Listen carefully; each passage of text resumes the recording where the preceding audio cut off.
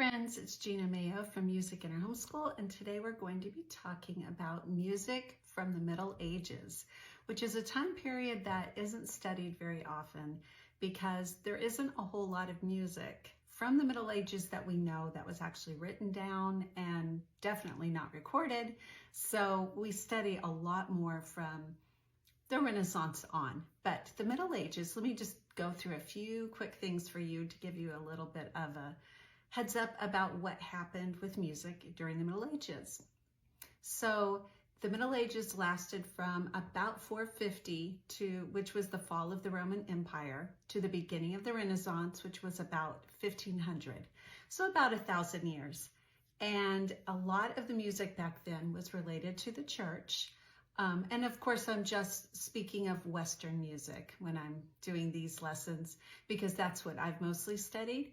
So the Christian church was growing at this time and music became a big part of it. St. Augustine said, "Sing with your voices and with your hearts and with all your moral convictions. Sing the new songs not only with your tongue, but with your life." Boethius, who lived from 480 to 524, was the authority on music during the Middle Ages, and he wrote a book called The Fundamentals of Music, where he said music was one of the 4 major disciplines, along with geometry, arithmetic, and astronomy. And music study, he said, was important for preparing students for the study of philosophy. Now, you've probably heard of Gregorian chant before. Gregorian chant was one of the major ways of the music of the church during the Middle Ages. And it's also called plain chant. It's named after Pope Gregory. That's where Gregorian comes from. It's sung in Latin. It's only one note. It's not harmonies. There isn't a rhythmic meter to it. There's no steady beat, or you're not told how long to hold a particular note. The notes are mostly stepwise, there's not big leaps, and it's very limited range, maybe only an octave or even less.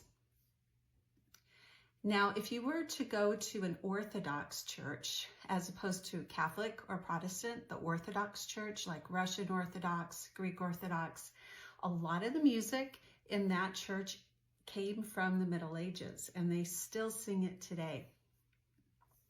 There is a lady who was a nun, and her name was Hildegard of Bingen, and we do have some music that she wrote during the Middle Ages. She wrote a morality play called Ordo Virtutum, which means the virtues, around 1151, and all the parts, except for the devil's part, are sung in plain chant, and there are some recordings of that you can watch. Now, one thing that's really neat is that this is the time when musical notation began to be figured out, and you could see the beginnings of it to what we actually have today. I actually printed out a few things so you could look at these.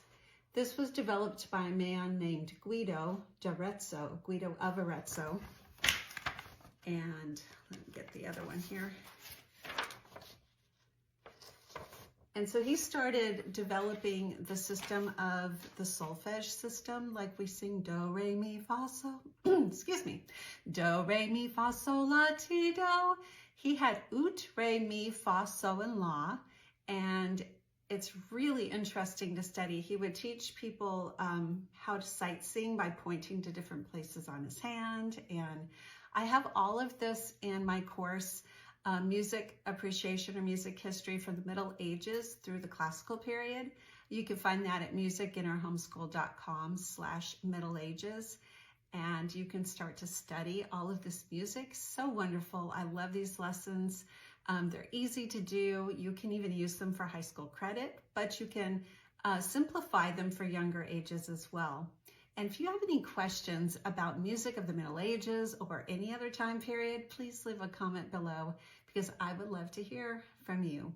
Check out my other videos from the TikTok Homeschool Conference this week, where we've talked about other things related to history and geography. And I have one more video coming on Friday. So I will see you then. Bye-bye.